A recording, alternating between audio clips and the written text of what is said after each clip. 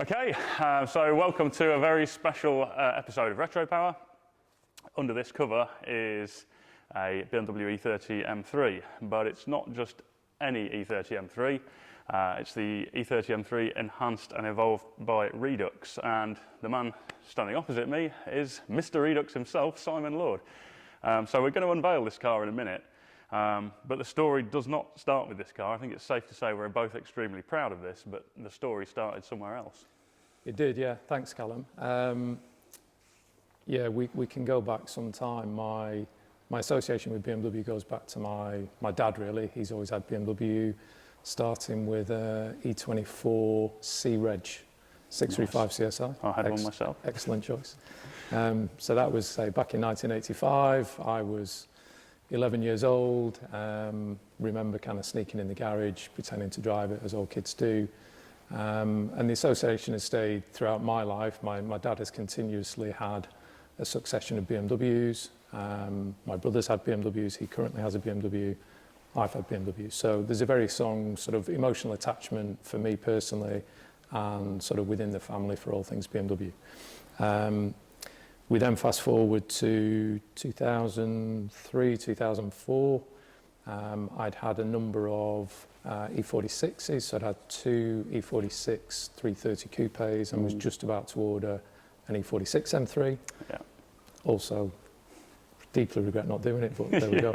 Because I remember I was an army officer at the time, so we used to get tax-free cars, and I went to collect my second 330, and parked next to it was a brand new CSL. Yeah. My dad always wanted. My dad had a 330 Ci as well, from new, and I think at that time he would have absolutely loved an M3, but it was just out of his affordability range, I think. Yeah, and the only reason it was affordable for me was because we got them tax-free. So yeah. it was a great deal that you got. Anyway, unfortunately, I didn't get the E46 M3 because I'd had a conversation. I was trying to remember. I think it was with my brother, and he'd seen an E30 M3 for sale on, I think it must have been Auto Trade at the time. So this is obviously. I think I'd just got my first laptop and, early days of the internet.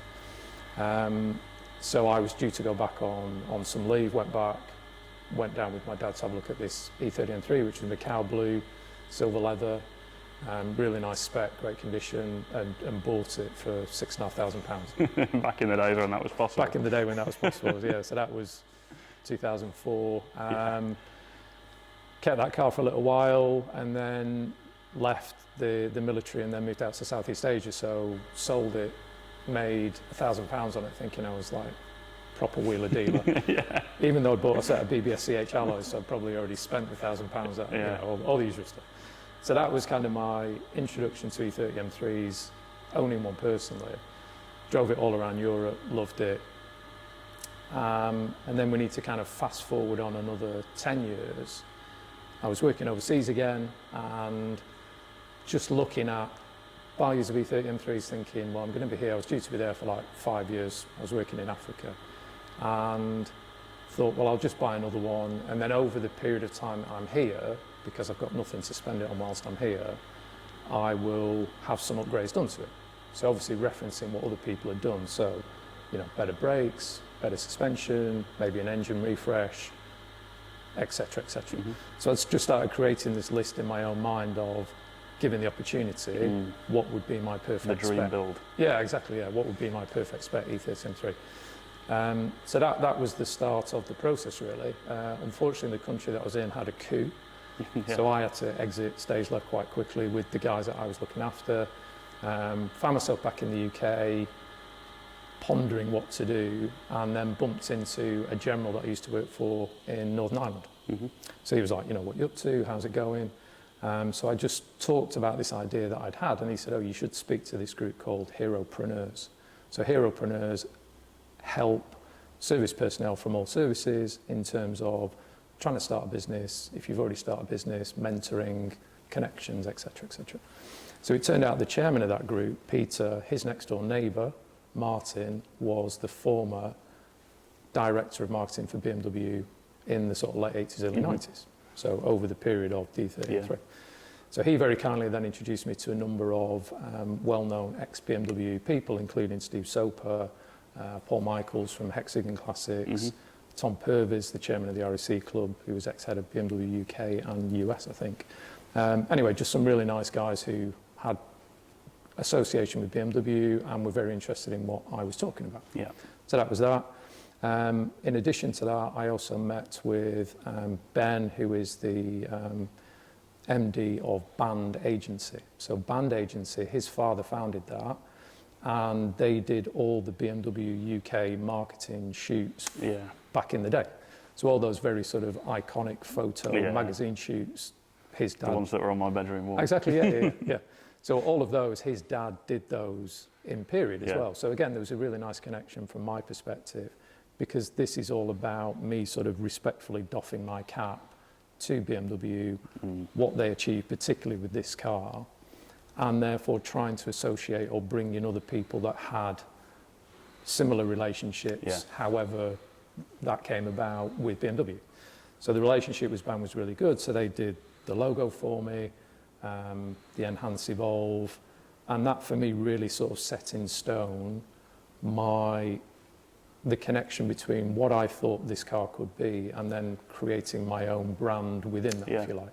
So there was a clear identity to the car. It was very much an E30 M3, but it has its own identity as well. Yeah. So I think the logo, yes, we talked about, you know, the kind of rondel shape. By coincidence, we realised after that it then actually spells out Redux, which I can show you once we get on the car. So that was good. I've always thought that was intentional. Of course it was. Of course it was. That was it was a kind of nice byproduct of our endeavours. So that was a relationship with Ben and Band, and then there was a succession of anniversaries within that time frame. So this is now 2014, coming into 2015. Yeah. So at the time, it was the 40th anniversary of the 3 Series. It was the 30th anniversary of the E30 M3, and then it was BMW Centenary, all within a kind of 12-month period. Yeah. So from my perspective, it was then, if I'm now going to take this thing further than just being a dream project for me, this is absolutely the right time. There was lots of free press. Everyone was writing about BMW in some context. So I was then also introduced to John Mayhead, who now still works for Haggerty. He's also an ex-army officer. And he very kindly wrote a first article about what was in my head at the time. So it was a very kind of rough, I've got this idea about doing this. Yeah. We'd done some very kind of rough sketches, and that went out. So that was on the Haggerty website, and that generated a lot of discussion, and some positive, some negative. How dare you do this to an E30 M3, all the usual stuff. The beginning of that going forward. The beginning of so many conversations around that. So that went live, there was a lot of interest, and then what that allowed me to do was then go to the US, because I knew that the US was going to be where the majority of interest came from, just because combination of factors. They'd only ever had the basic 195 2.3. They'd had none of the Evo's limited editions.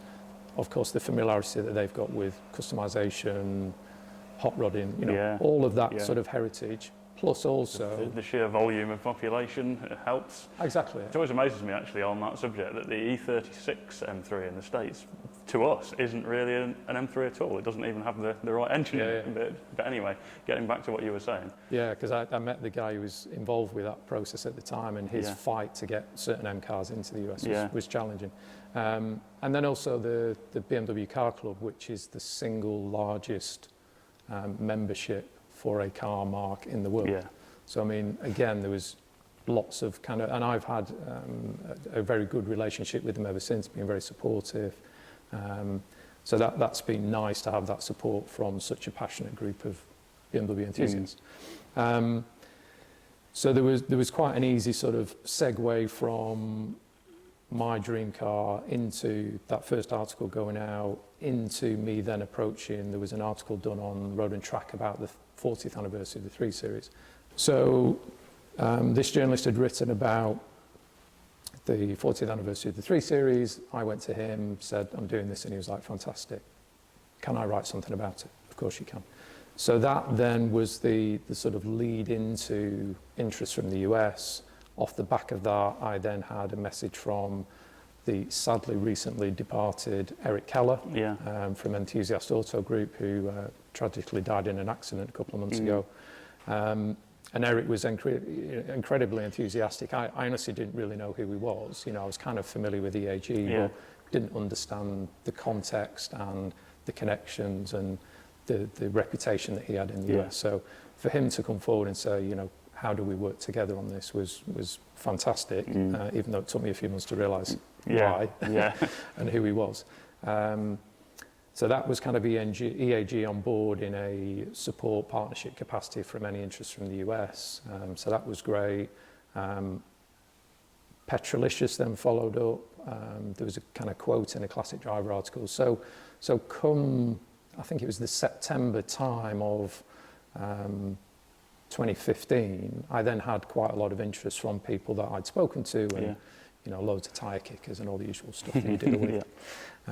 That continues. But I'd had what I thought was a kind of genuine interest from, there's about 15, 20 guys, something like that. So I then, you know, created something, sent that out to them, and it was literally the day after I'd posted, I'd had this kind of little brochure done for them to look at. And it was the day after that, and then I got a message through the website from a guy who'd left his name and his phone number and said, look, I'm really interested. Can we have a conversation? It was like one line. So arranged a call, we had a chat for an hour, and he was like, great, when do you want the deposit?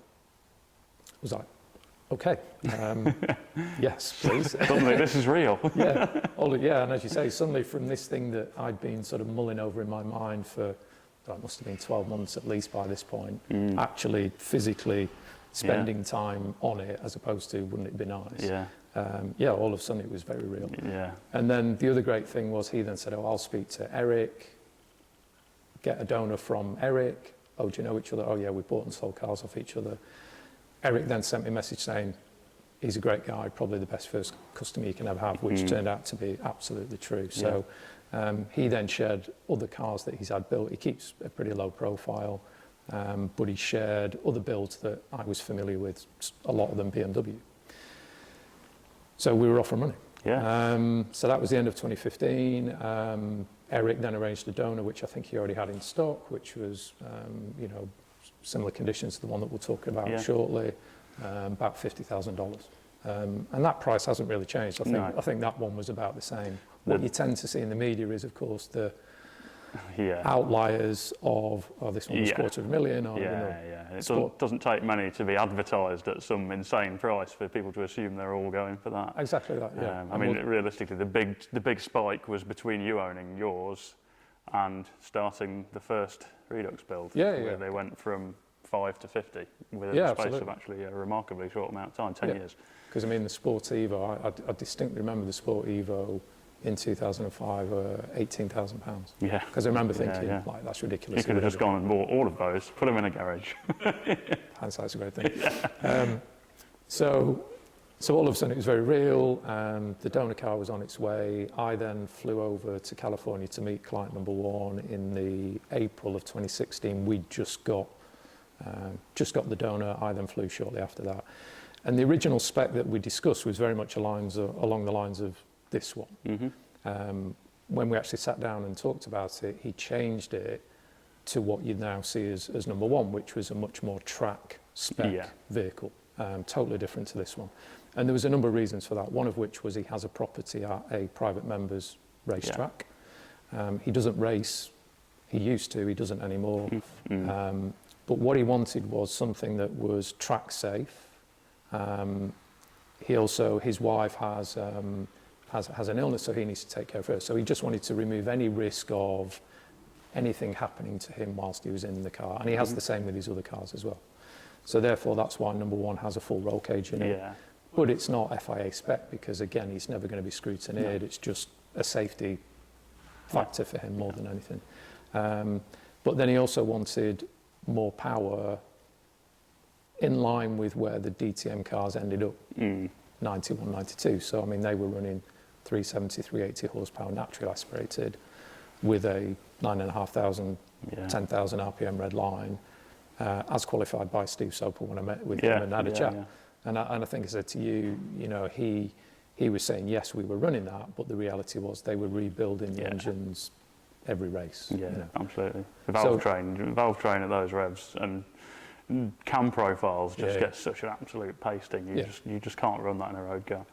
And we know that the standard engine, you need to be revving it pretty hard to get reasonable performance out of it anyway. So all those factors combined made it entirely impractical to build that engine for a client, even though at the track there's mechanics and there's engineers, but that level of maintenance we agreed was inappropriate. Yeah. Particularly because he wasn't racing it. He just wanted to be able to get in it, drive it and enjoy it. So that's where we then explored the turbo route, again, much to the interwebs. You know I can't support this idea. Yeah, I know. No matter how much reasoning. Exactly. But yeah, so the interwebs had a field day when they found out that. No doubt, yeah. But there was method in the madness in terms of the lineage of that M10 block, which is the 2002, the Megatron engine, etc., etc. Yeah, it makes sense. I mean, we come in for a lot of stick sometimes for the engine conversions we do. And actually, when you break it down into the reasons why, there is always a logical reason why we've gone for that choice. And there is in this case. But I still sympathise with, no doubt, the critics at the time in that this car, the E30 M3, was all about that naturally aspirated S14. But yeah, in this instance, it certainly made sense to go down that route. Because ultimately, these are all built to the client's spec anyway. You know, and we'll discuss this about number 2, that there is now a template, but ultimately the client's word is final in terms of if they definitely want something, then we accommodate as best as we can. So the turbo was agreed. We easily got those numbers at like 1 bar boost, very conservative mapping. So, and therefore there were changes made to the car in order to accommodate that significant hike in power, but also from a general use maintenance perspective as well. So that was a very different look and feel. It had the bucket seats in it, rear seat delete. Again, huge question marks around the Motec dash. Yeah. So again, the logic behind that was, like this car, it runs full Motec. It's got the Raychem loom in it. We'd had huge difficulty trying to get a connection between the gauges and the Motec. Sound familiar? Yeah, it sounds familiar. Yeah, it sounds familiar. So the conclusion of all that was, plus also his eyesight's not great by his own admission, and he doesn't wear his glasses when he's driving. So he wanted something that was very clear and very bright. So if there was any issues, bearing in mind it's in the desert in California, so heat is the number one issue that we were trying to mitigate or manage. Therefore, that dash gives you very clear information very quickly and goes into a limp mode.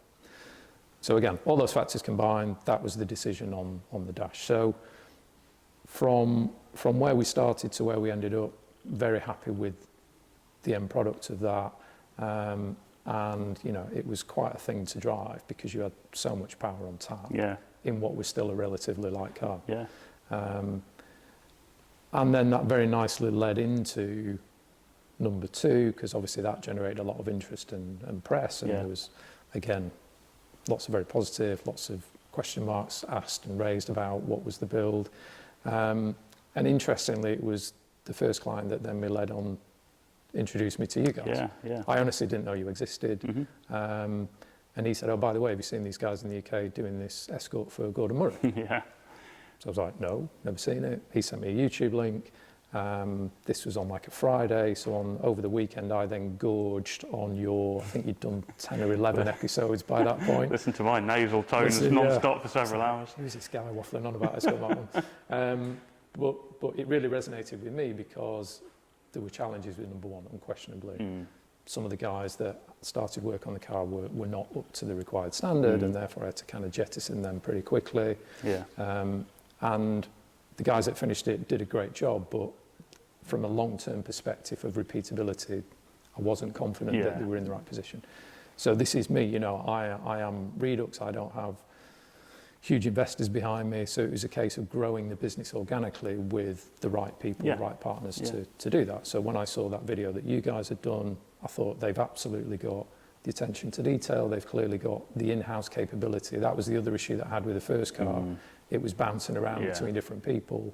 And much like if you're building a house and the plumber's late or the carpenter, it just knocks everything out. Absolutely. So lots of challenges in terms of the build pro. I'm sure you've experienced all these. Yeah, I mean, this is really why we have so much in-house here, is because we've learnt all the same lessons over the years that you would have learnt building the first car, and that, you know, we'd give work out to this subcontractor and this subcontractor, and almost invariably weren't that happy with it. And even if we were, there's the logistical issues of that, and trying to sort of manage other people's time frames is a massive challenge. So the more you can bring in house, the more you've got control over it, and it just makes the whole process just so much fluid. It just flows nicely throughout. And for me, that was because I didn't have the funding to set up my own workshop and employ people and buy all the tools, so I needed the right partner to help me build the cars and then grow as we both grew with it. Yeah. So it was great to meet you. I came down here, it was the February, wasn't it, 2019? Yeah. Spent like half a day, you showed me the projects that you were doing, and we then kind of engaged in a discussion around how's this going to work, what's the relationship going to be between Redux and Retro Power. Number 2 was by that point already sold.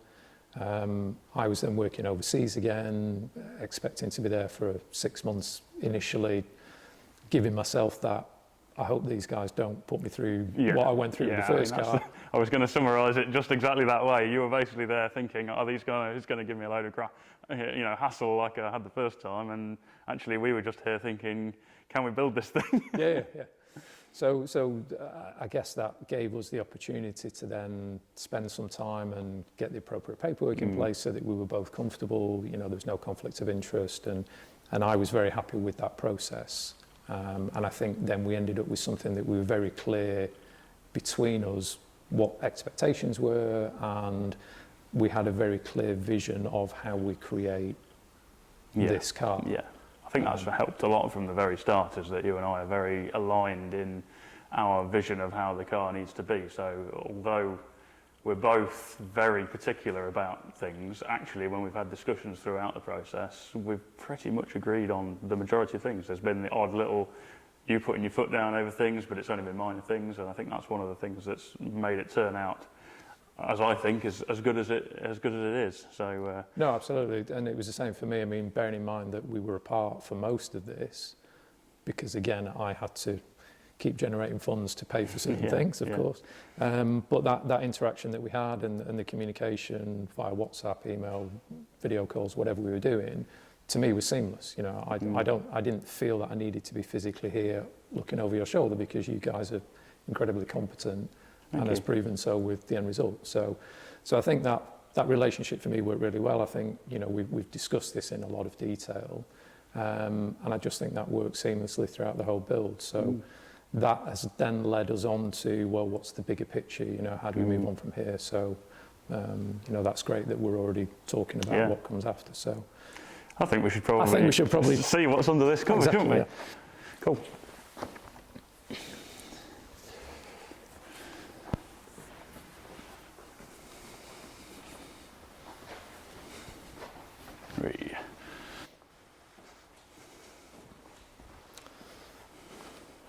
So here it is, after 2 and a bit years of our lives and lots of hair. So I think just going back to kick-off meeting in August 2019, from my perspective, I had this very clear idea of, if BMW had built another E30 M3 after the Sportivo ... where could it have potentially led to? So therefore, from my perspective, there was an element of artistic license. We weren't sort of beholden to, well, it has to be exactly like this. We had certain parameters that we had to maintain, or we had to fall within certain parameters based on where the Sportivo had left off, and then arguably, most importantly, what came after that, particularly once we get to the E46 CSL. So I guess the way that I described it to myself was, that car that never existed would potentially have been an E30 M3 CSL. Yeah. So absolutely. I think that was the point of discussion that we had. How do we take that, create this, and therefore, from your perspective, what were the critical sort of engineering considerations? yes, it was going to have more power. You know, what are the implications of all those things? So I guess if I ask you your initial thoughts when we started that process, obviously before August 2019, but certainly at that kick-off meeting of, right, we've now got the donor, we're ready to go, we've done various design renderings and ideas, and therefore, you know, where was your thought process from what do I need to consider from actually building this thing? Yeah, and I think the critical principle was trying to strike the right balance between it being a road car, not a full race car, because of course when you try and create a lightweight version of a car, people automatically think you could take more weight out here, you can take more weight out there, but there has to be a compromise for a road car. You know, if you take the ultimate incarnation of shedding all the weight out of the car, it's basically a race car at that point, and nobody wants to drive a completely stripped out, plastic windowed race car. And that's really the ethos of, as you mentioned, the E46 CSL and probably the E9 CSL of many years earlier, was to shed weight for those drivers who are happy to have a slightly more intense driving experience in the interest of it being a more performance orientated driving experience.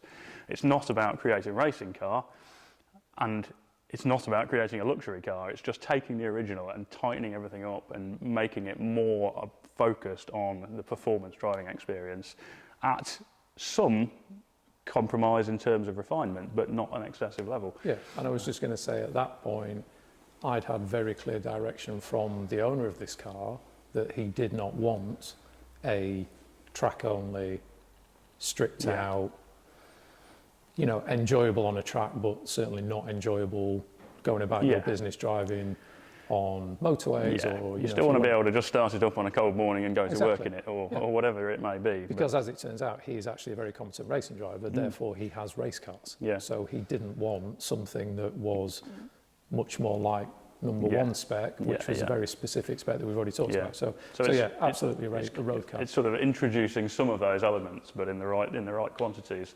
And that really ties in with the beginning of the build process. Obviously, we've got the shell here, which is the donor car for the next build. And this is where all of the projects start. This will be stripped to a bare metal shell. And one of the first considerations in trying to enhance that performance driving experience is stiffening of the body shell itself. And that's something they would have done on the motorsport builds. Of course, body shells mass produced like this, everything's spot welded, and that inherently has a fair amount of flex in the shell.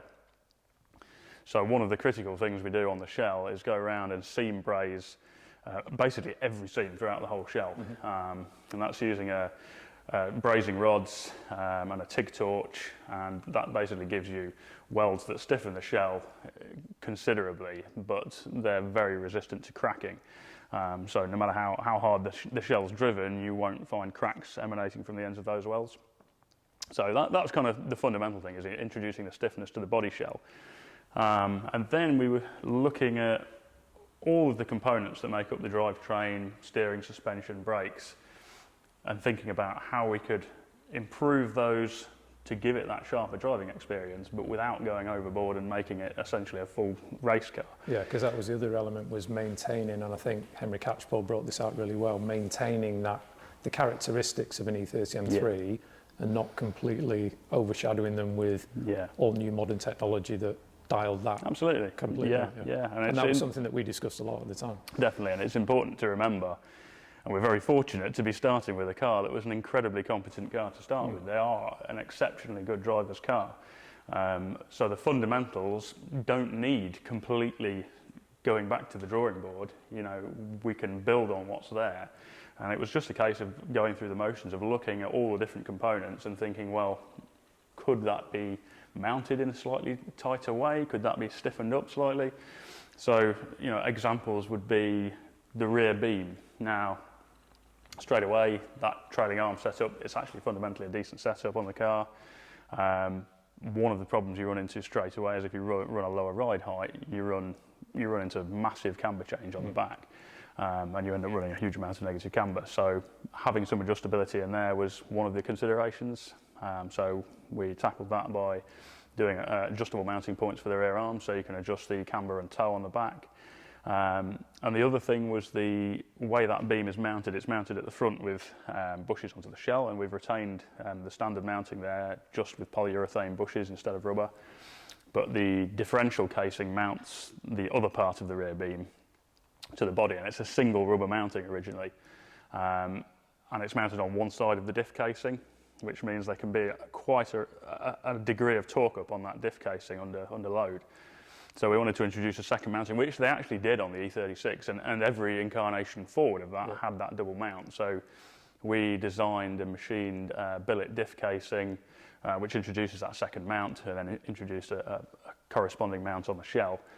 And I would say, you know, from the test driving that we've done subsequently, that was the perfect compromise on the back end. We've actually left the trailing arms rubber bushed, and that's an example of where we're leaving some degree of refinement in it. So if it was a race car, you'd have done metal on metal spherical bearing for that to get rid of any movement between the steering arms and the shell. But that would just make it too harsh. So we've polyurethane bushed the subframe to the body, added that extra mount, made it adjustable, but left the arms on rubber bushes. So that's a sort of good example of striking the right balance on components. Mm-hmm. If you look at the front end again, the standard setup is a really good setup. I mean, again, I can't emphasise enough that the original car is a great car to drive. There's just a fair amount of compromise in terms of isolating any harshness or sort of perceived excessive vibration from the road. So it's all about tightening everything up. The steering in the original car is bizarrely slow, and that's something I kind of, even if you take into account the fact it was being marketed to a road car audience, I still think the steering is bizarrely slow on the E30. So what was it lock to lock on the original? I think there were about 4 turns lock to lock originally.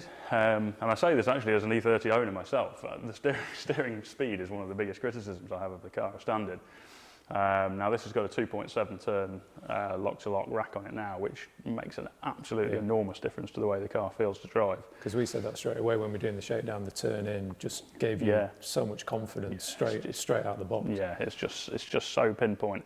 And one of the things that is spectacularly good on the original, and one of the reasons they feel so good to drive, is that there's so little rubber on the mounting of the front suspension. So you've got a lower control arm, which is ball jointed to the hub carrier, which is fairly normal, but it's also ball jointed to the cross member on the inside joint.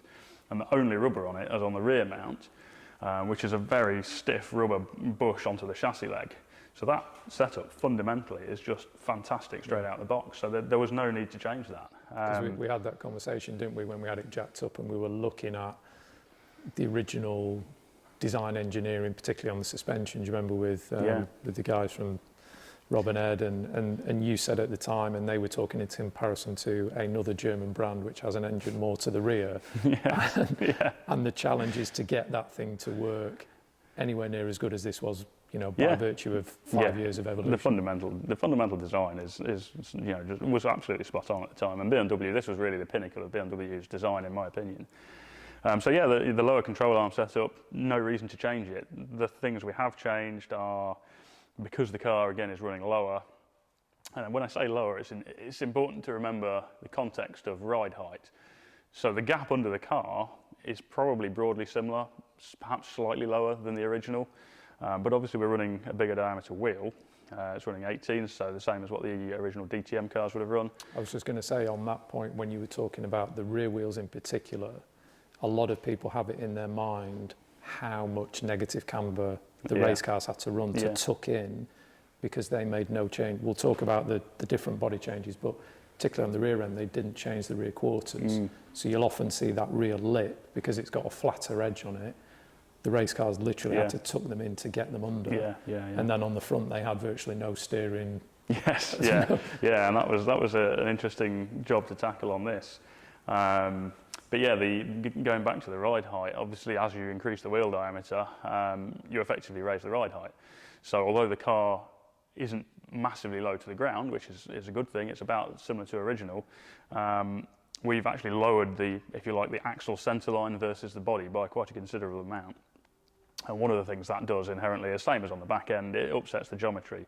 So you end up with the suspension arm sitting at quite a steep angle, the steering arms are sitting at quite a steep angle, you start to introduce bump steer because they're working through a slightly different arcs. So combating that was one thing, but that's a fairly straightforward process, because if you space the steering arm down lower off the bottom of the strut, and the steering on the arm on these mounts not only the lower ball joint but the steering track rod as well, you essentially put all of that geometry back to standard while still moving the wheel spindle higher up versus the shell. So that was one change. The camber again needed addressing. There's not really enough negative camber on the standard model for more performance orientated driving. Now you don't want to go over the top with it. We're now running about 1.5 degrees negative on the front. If it was a full-on track car, we'd probably run a bit more, because there'd be a little bit more roll when you're really loading the car up heavily through the corners. Because we just did that after the initial shakedown. Yeah. We added the adjustable top Yeah, mounts. so originally the thinking was we wanted to keep that isolation of vibration, so we had the original rubber top mounts on the first session when we tested it. And pretty much my only comment, I think, after I first drove the car was, essentially the first comment was, it feels absolutely awesome to drive. Yeah. Second comment was, you can feel the outer tyre run past its optimum traction point through a corner, so you could feel it load up, really grip, and then as you reloaded it more through the corner, you could feel it roll onto the outside corner and start to lose traction again. So it's about striking the right setting, because with 1.5 degrees now, you will still be able to do that, but by the time you get to that, you're loading it up in a state you will never be able to do on the road. Yeah. And not without going to jail or dying. So adjustable top mounts on it, but they still do have isolation, so there's a urethane isolator in there, so it's not just a metal on metal spherical joint in there. Again, to try and keep those noise, NVH as we call it in the trade, noise, vibration and harshness, to try and keep that NVH issues minimal. So they were the fundamental changes suspension wise. I mean, in terms of the actual shock absorbers and springs, it's running a Bilstein Group A setup, but with a more road orientated spring rate. And to be honest, again, the guys at Bilstein, this is Bilstein UK, they're fantastic to work with, and straight out of the box, we were happy with the car. I was going to say, because we changed the rear kind of helper springs, didn't we? Yes, we did a few changes. Well, actually, we ended up back on Bilstein's, exactly what they suggested, because initially we changed the rear spring rate for softer, thinking that Bilstein's recommendation was too hard, and I'll happily doff my hat to Bilstein. First, that was the other thing I said in the first test session, was actually the rear spring rate's too soft. Yeah. So we went back to their recommended spring rate, and really happy with that now. So great, all of that great. Now, one of the challenges we were talking about, or about to touch on earlier, was the wheel clearance for 18-inch wheels. So that ties back in with the metalwork phase of the build, and one of the bigger changes to standard on the shell is the wheel arch area. Now we haven't, because we're not running it excessively low,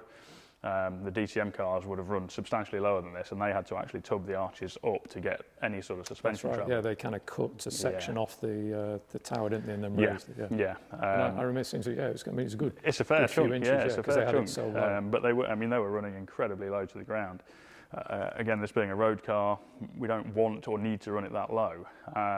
So actually, in terms of the upward wheel clearance, it was only fairly minimal changes. The main clearance adding was at the back, essentially in the footwell area when the car's on lock. That's where you run straight away into wheel clearance issues. And actually the outer bodywork, if you just literally stuck this dimension wheel onto a standard M3, you can't steer at all, because the back of the tyre jams straight into the wheel arch. Yeah, and I think that's where it's good having this reference. The other point that always used to catch my eye was the front wheels running towards the back of the arch, and then we realised when we reshaped all this how much extra reshaping you needed to do, as you say, particularly to fit an 18. And again, the logic from my perspective with the 18s was the Sportivos running 16s, but due to homologation, they extended and raised their front arches in order to fit what the race cars were then having to run, which was the 18x9 all round. We've ended up with 18x8 and 18x9. So as you say, from my perspective, having that look of the DTM, for me, it would have been a natural progression that they would have gone bigger wheels, or certainly with respect to where we were with DTM.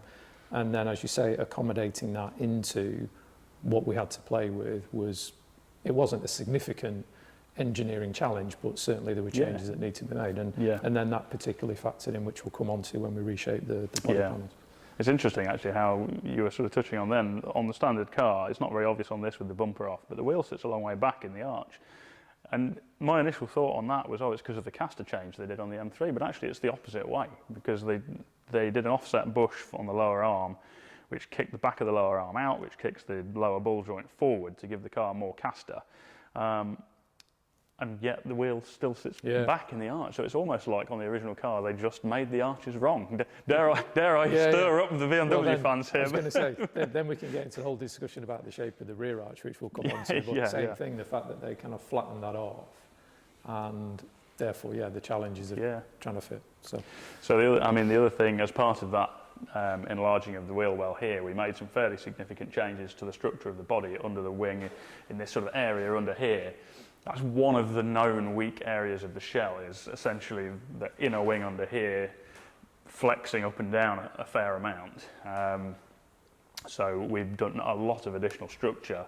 When we reshape that inner arch, we've actually done a new stiffener on the outside, which tapers right down into that pillar area there to add an enormous amount of strength into that area. Obviously, as we said, it's a road car, so it's not going to have a cage. In the race cars, they'd have tied the cage through into the strut towers to avoid that sort of flexing issue. So we've tried to introduce measures to minimise body shell flex, but in a way that doesn't cosmetically intrude on the car anyway. Is that where a lot of guys have done aftermarket strut braces? Strut braces, to minimise some of that stiffness. The funny thing is on those, on an M3, because of the engine positioning, you'll see a lot of them, they kick right back towards the back of the engine bay and right forward again, and at which point, with the sort of material they're making those strut braces out of, which in a lot of cases is fairly thin wall aluminium tube, it will add nothing whatsoever, because that tube will bend much more easily than the rest of the shell does anyway.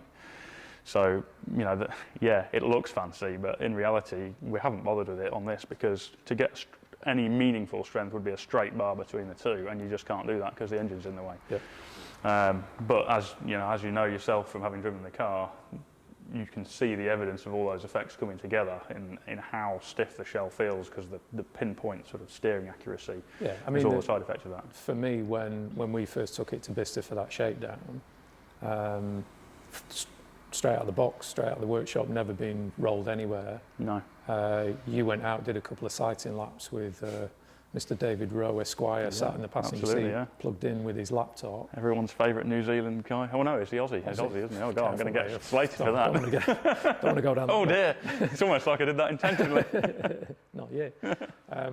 But I remember, you went out, did a couple of sighting laps, came back in and went, just feels great. Yeah. And that wasn't us just patting ourselves on the back, and then you then went out, did another 10 or 15 laps, came back in. I went out, did the same thing, did a couple of sighting laps, and immediately felt confident enough to then start. Now, bearing in mind the Bicester Heritage is only quite a small little circuit, hence why we chose it, so that we couldn't go crazy.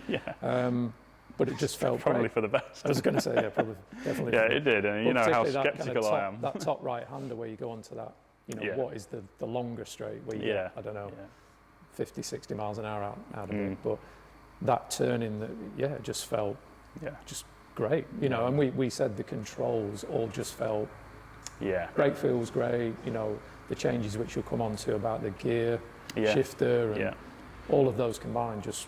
I mean, that's one of the things that's almost the most critical thing to take into account, because the first thing somebody feels when driving the car is the feel of all the controls, and actually it's funny the way control feel can be perceived as actual performance. So, if you look at a lot of modern cars where they're fly-by-wire throttle, there's a map that basically maps the position of the throttle to how wide the throttle on the engine's opening, and you can change the way a car feels so drastically by changing that throttle pedal map, and all you're actually doing is just changing how the engine behaves versus the throttle, and that can be applied over to all the control feels on this.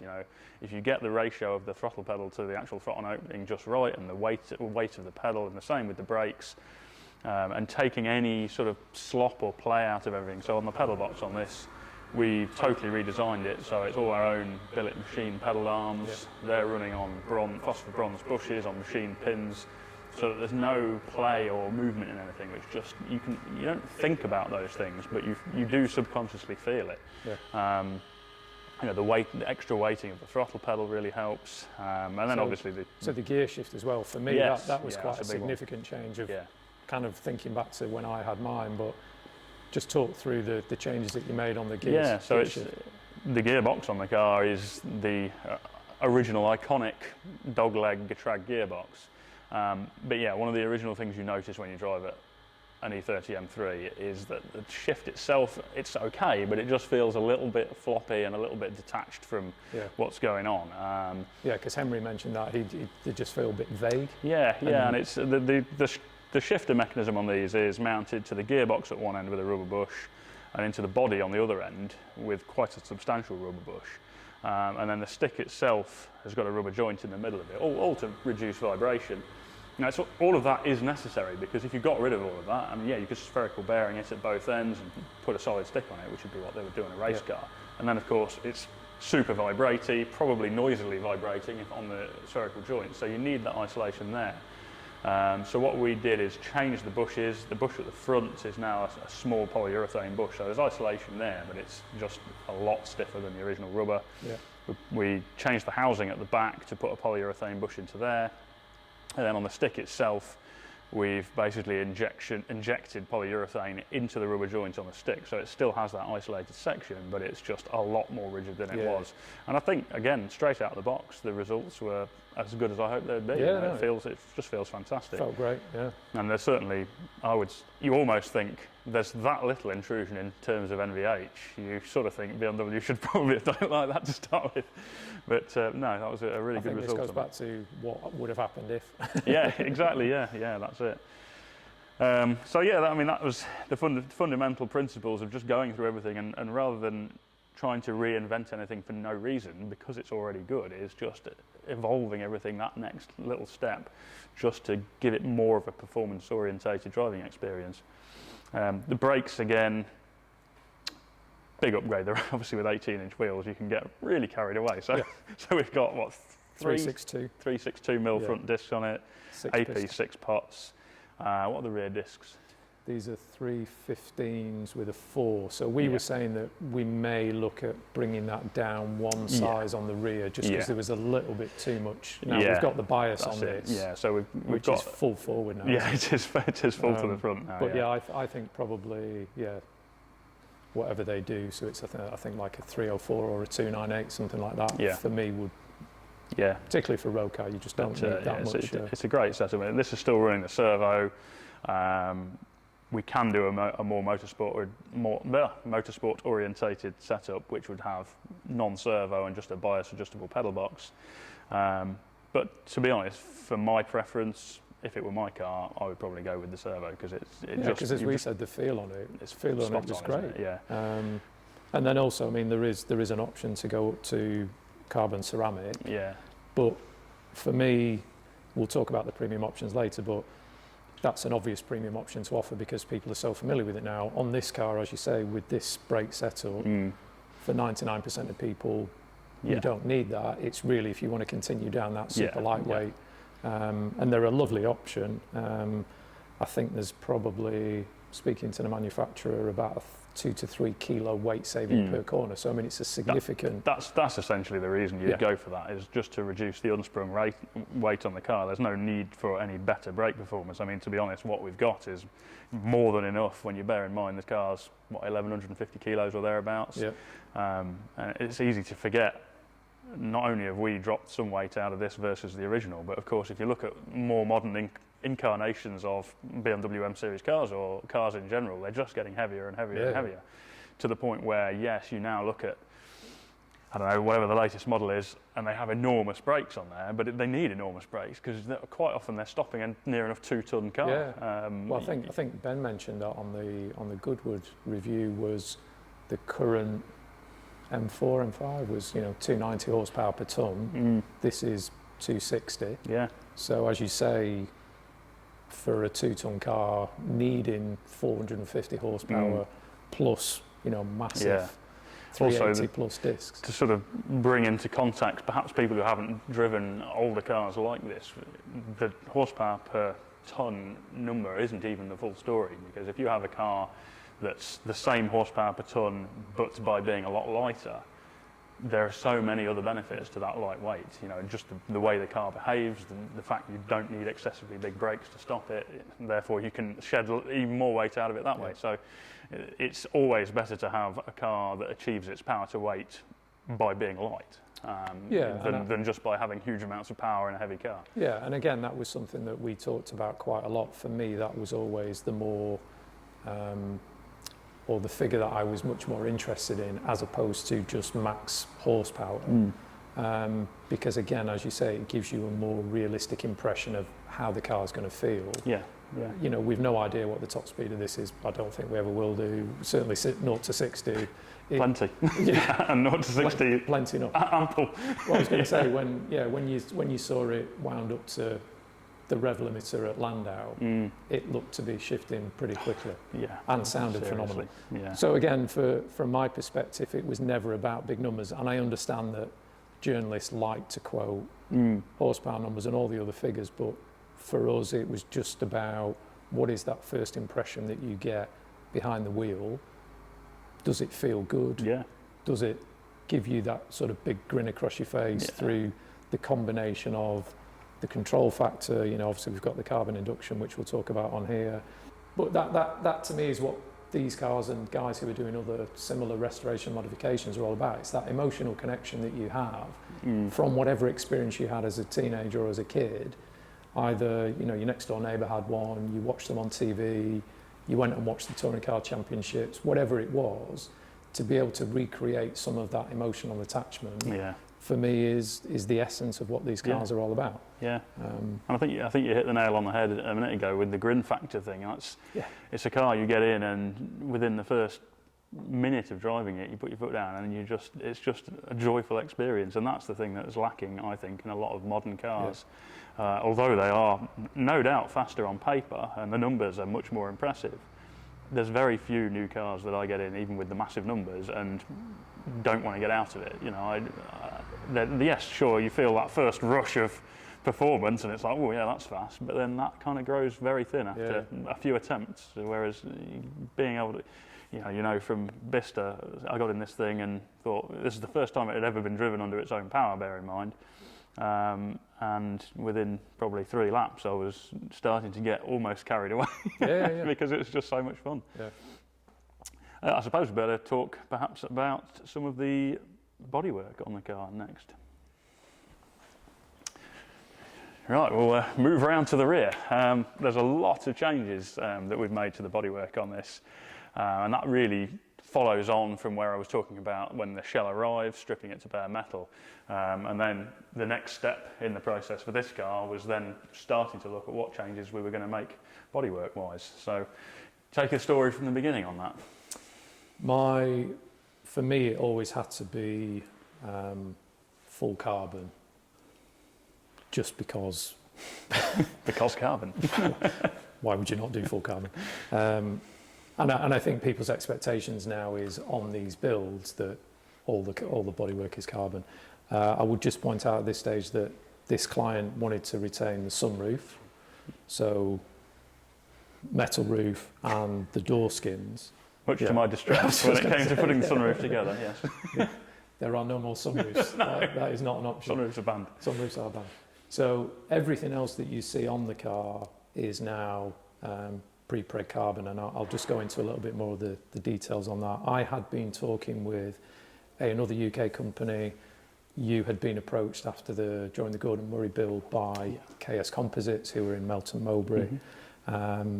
We had the donor car in the UK. You went to do a sort of initial inspection survey of that donor car, and then we invited both companies down to come and have a look at it with you individually and kind of talk through the process of how they perceived it could be done, estimates of costs for me, etc., etc. And we were both very happy with KS and how they came across, and the thought that they put into it, and also their proximity. So therefore there was going to be some back and forth, particularly on the first car during that process. So as we moved into 2020, lockdown kicked in the March initially, wasn't it? And then full lockdown as of May, June time, wasn't it? So I'd had a chat with Jamie, the MD, and he said, well, actually, we can get you in now. And the process started right at the beginning of June, wasn't it? Yeah.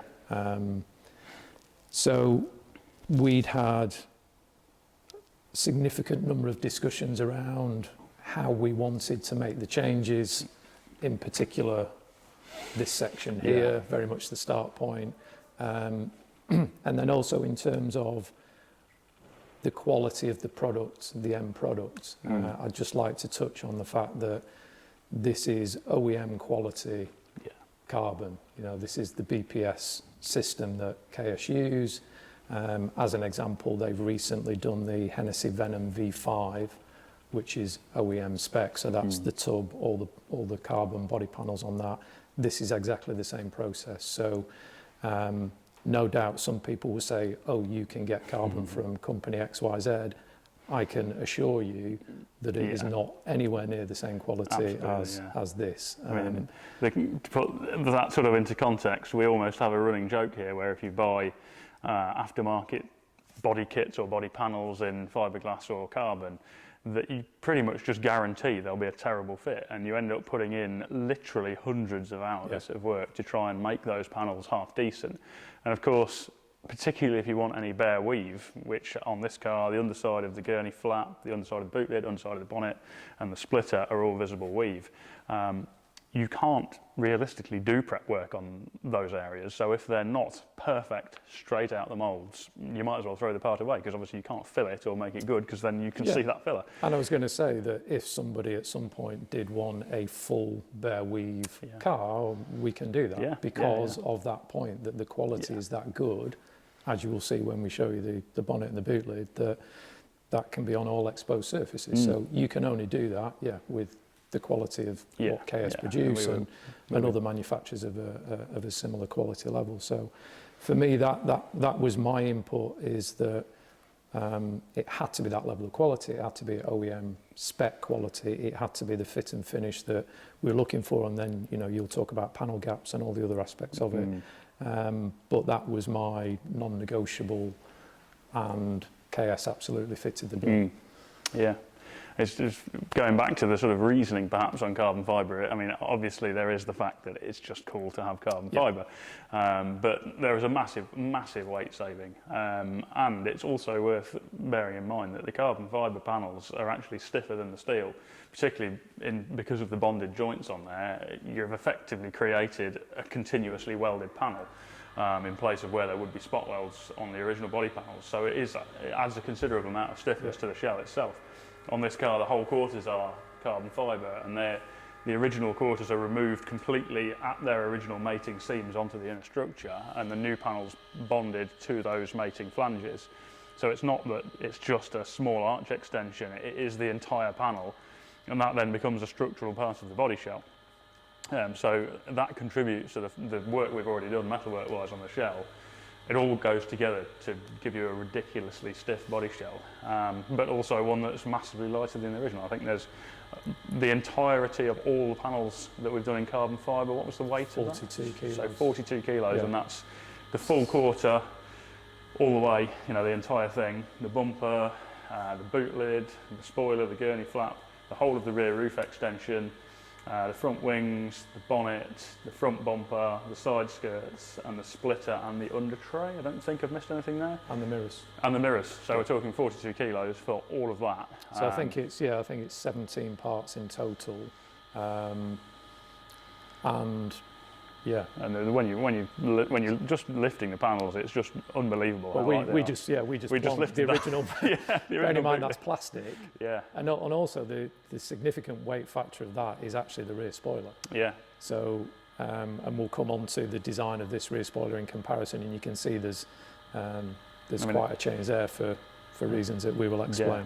I mean, a good example on the boot lid, and bearing in mind the boot lid is actually double skinned, so we've got the visible weave on the inside, so both faces are an A surface effectively because we've created it as a double skinned piece. And that still opened too vigorously with one of the two torsion bars removed, which gives you some idea of the of how much lighter it is. Well, I was going to say, I mean, just an example on the bonnet. I think there's 10 kilos just on the bonnet. I think the original's 18 and this is 8 as an example. It might just be worth going back to when the rear quarters, the original rear quarters are taken off, the work that you do behind that in order to then, you know, rust prevention and... Yeah, I mean, that's one of the almost insistences we had from the very start, that was we wanted to be able to remove all of the exterior panel work so that there was no hollow sections left unopened on the shell, so that we could go through our corrosion protection process, if you like. So when the car's a bare metal shell, we do all of the modifications to the metalwork on it, some of which I've already mentioned, and then we do all the seam welding on it, and then once we've completed metalwork and done a mock-up of all of the carbon panels on, so they'll be temporarily pinned in place until we're totally happy with all the fits of everything. Everything's then taken apart again. The whole shell's then blasted a second time to strip off any scale from welding and make sure it's absolutely fresh, no surface corrosion from moisture in the air. And then immediately following that blasting, we do a zinc metal spray process, which is, you've effectively got a gun with a compressed air feed, a solid wire of zinc going into it, and an oxygen and propane feed. And there's a little air-driven turbine in there which winds in this zinc wire, and then the oxypropane feed melt that and literally atomise and spray molten zinc. So it's effectively sprayed galvanising is the best way of thinking about it. But it doesn't have the issues of if you do dip galvanising on something like this, the heat involved will warp things. So it's an amazing process. So we basically do that sprayed zinc process on all of the underside surfaces and all of the hidden structures. So with these quarter panels off, all of the remaining structure, the exposed inner structure of the steel there, would be zinc metal sprayed. And we do all that, and then once that process is done, the rest of the shell is sealed in with epoxy primer straight after as well, so there's no risk of humidity in the air causing any sort of surface corrosion that's sealed in. The shell then immediately goes back onto the jig, which I didn't mention before, but essentially we've got a jig fixture set that the shells go onto straight away before they're stripped to ensure that everything's in the right place, and they spend almost their entire time during the metalwork build on that jig. After the zinc metal spray, shell goes back onto the jig, and then the carbon panels are all bonded in place with the shell on the jig, so we know that everything's in the right place when that's done. And then that's the first time really the car can then come off the jig, and we can say, you know, that's a finished shell ready to start prep for paint at that point, which is an exciting phase to reach. So from my perspective, having all of that additional protection to behind the panels was critical.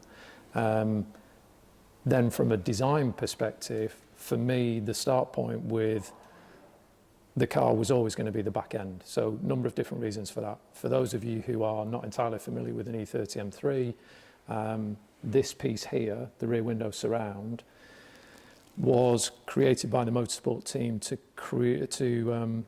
give greater aerodynamics effectively on the back. So they improved the drag coefficient of the car by changing the angle of that rear screen. And if you look on the original car, you can just see the original C-pillar line, which was retained from a standard E30 shell.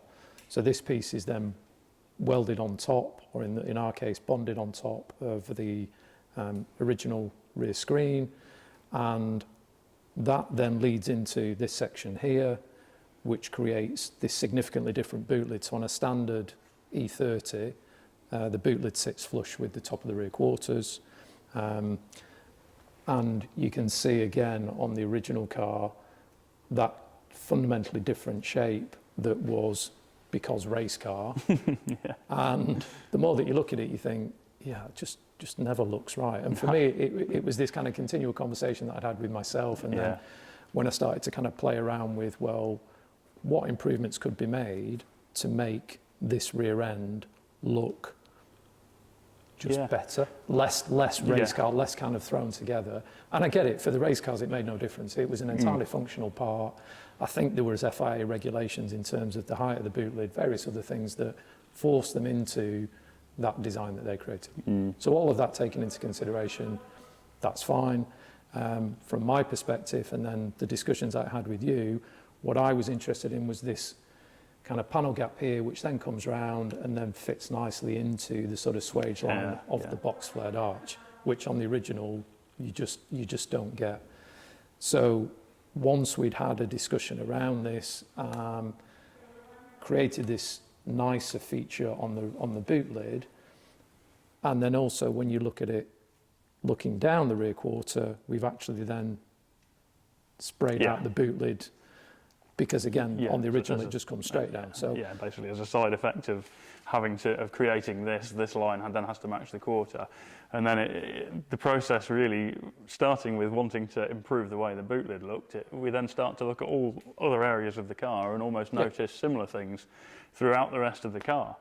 So there's a mixture really throughout our redesign of things that needed to be done for mechanical reasons, for the widening of the arches, for instance, to get wider rubber under there, and things that we just visually didn't like on the original. And again, we've got the benefit of 35 years of hindsight to look back at certain things and question it and say, given a blank sheet of paper, given the opportunity to do it again, and also from my perspective, making this car instantly recognisable as an E30 M3, there's no question of that, but then also having enough features and details within it that people then begin to associate these features with a Redux, not a standard car. Yeah, and I know that I've no doubt that will cause much discussion and debate among certain quarters of the internet, but from my perspective, that again was non-negotiable.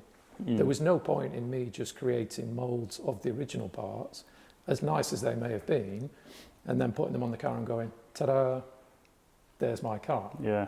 For me, there had to be that incremental. And again, going back to the whole process with the guys at Band, was that enhance, evolve. And I just kept referring back to that repeatedly and saying, right, we've got something that's good. How do we enhance that? And importantly, evolve it into something that could have been in some point in time had BMW decided to do. So that feature, and as you say, there's therefore a logical knock-on effect from, well, if we're going to change that, then yes, the rear quarter must change.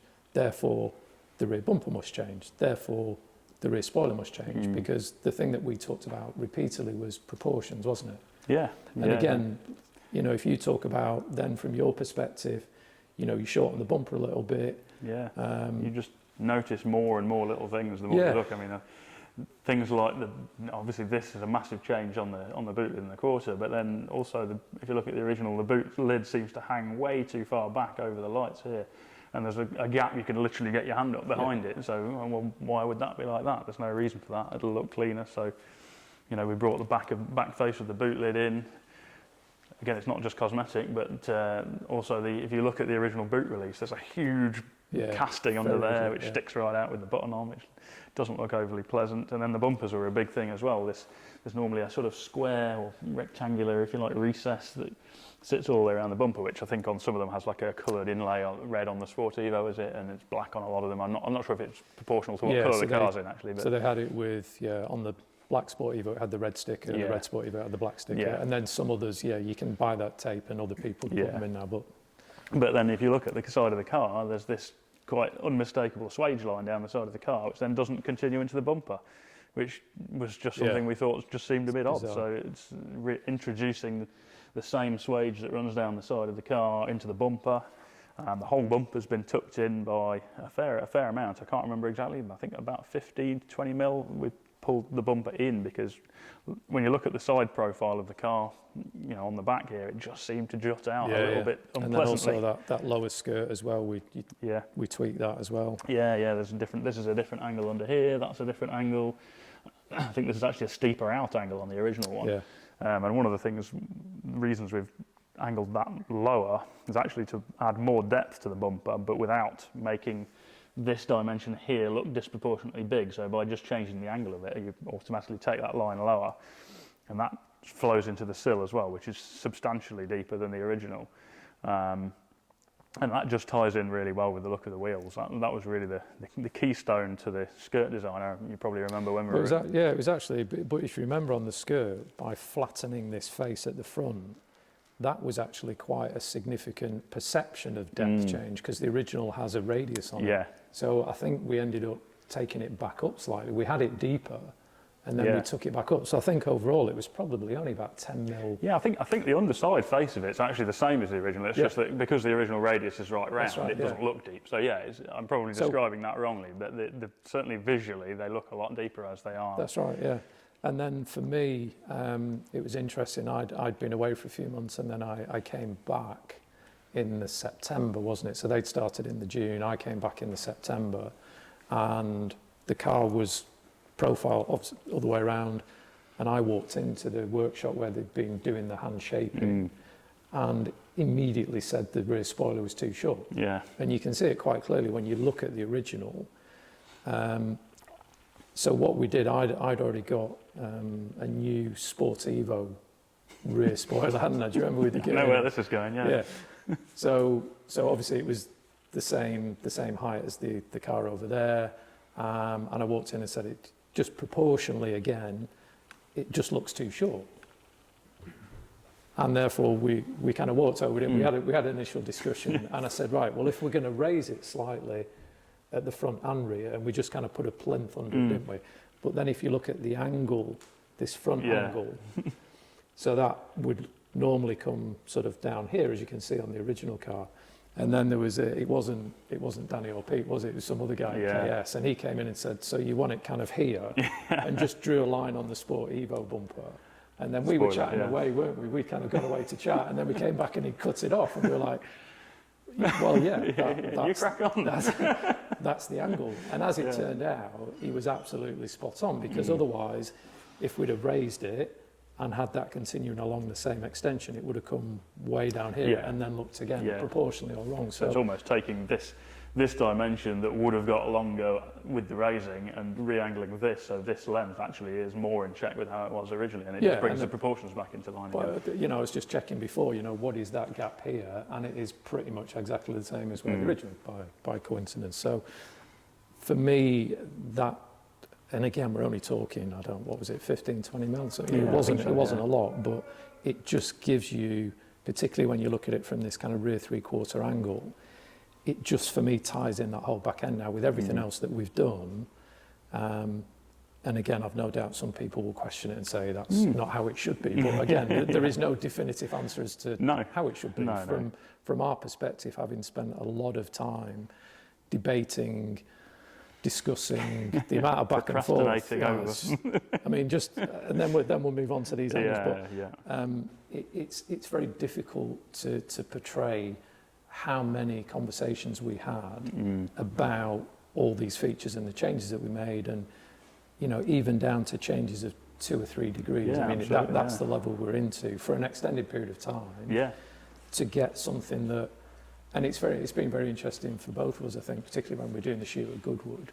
You know, random punters at Goodwood going for a coffee, just coming up and saying it just looks amazing. You know, just which. Was really because we're so intimately familiar with it. It's interesting people's first impressions of a car that either they know nothing about. And they weren't the sort of people who you would probably, well, they definitely weren't the sort of people who even probably knew what an E30 M3 was. But they again, just liked it. And I guess that was the challenge from our perspective, was to create something that undoubtedly was aesthetically pleasing. You know, it looks really nice, but actually then there's plenty to support the reasons that we made those changes. I think, which leads us nicely into the box flared arches. Absolutely. I mean, that was probably one of the changes that, well, it was almost certainly the change that had the most back and forth discussions and changes and revisions. I mean, fundamentally, we've widened the arch so we can get wider rubber under it. We've brought the arch cutout higher up the body, and that's essentially with the 18-inch wheel. Obviously it fills the arch more, and we didn't want to raise the ride height. This is running lower than standard in terms of axle centerline versus body shell. It's a fair bit lower than standard, but we still want decent wheel travel. We still want the proportions to look right, so that wheel arch cutout was extended up. And then as part of the flaring, that actually spreads further forward, so it's not just sort of in the same place here. This point's been brought out a fair amount. But the real one that took a lot of deciding was exactly the shape of this top part here, because if you literally just widen this, I mean, how much wider than standard is this? 20 mil, something like that? Yeah, so I think now total it's kind of 50 on the rear, 45 on the front. But yeah, that to me was the critical point to bring out, that because the original is narrower, therefore the angle from the bodywork to the edge of that box flare is steeper. Yeah. So therefore, if you bring that out, Yeah.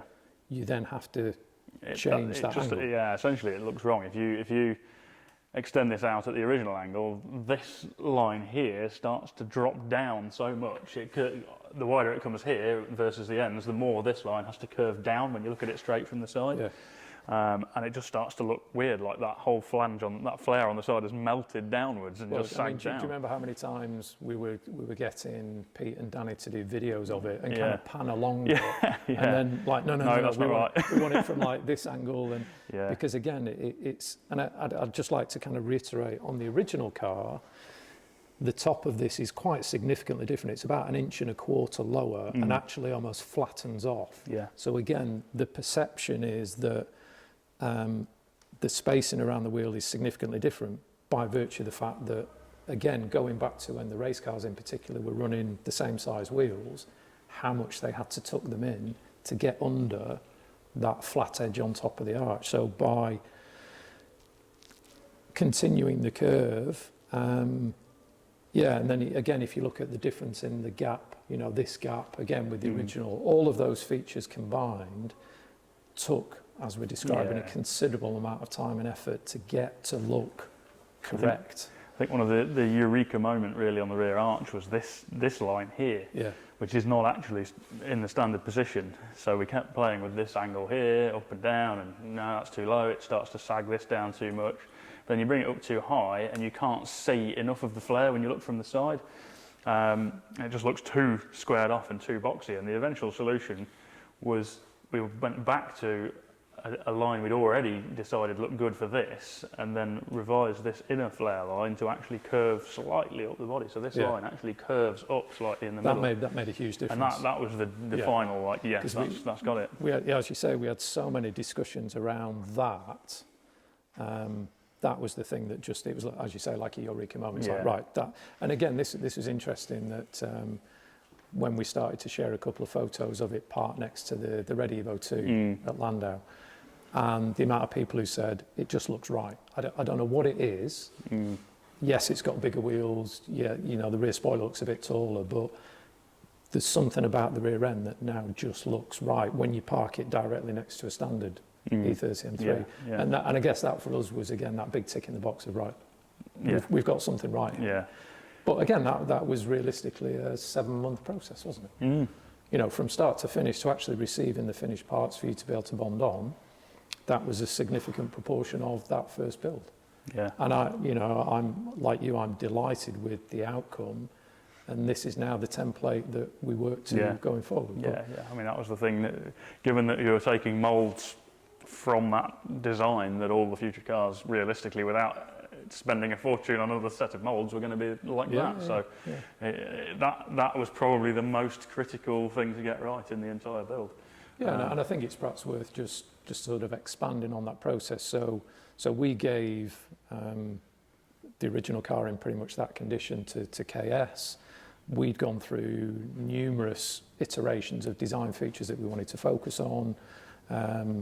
Danny in particular, then it was, as you see the OEMs do, that kind of clay process, wasn't it, on top of the original body panels, to then literally pan shape it into where we thought we wanted to be. And then it's that process, that's the whole back and forth, isn't it? Because he would then do a certain amount of that and then go, right, I've done this, what do you think? And then we go, no, we need 2 angle degree change or 1 angle. And that process was back and forth for probably about 3 months, wasn't it, when I then came back in September. And that was the first time we were able to look at it and go, right, that's pretty much where we wanted it to be. Now we need to focus on, actually, that was when we talked about that change there, and then the side sill just flattening that edge. And it was then tweaks as opposed to the bulk of the work. But I mean, the work that Danny and Pete did on it was incredible to go through that amount. And then also, I think it was actually Danny who, certainly this little feature here, which is lovely, this kind of the lead into the spoiler. The lead into the spoiler, he added that. I think it was then when we started talking about changing the angle of the back to then start sitting flush, you know. So there was a lot of input from both of them into that, you know, they really kind of took it onto their own, didn't they, in terms of...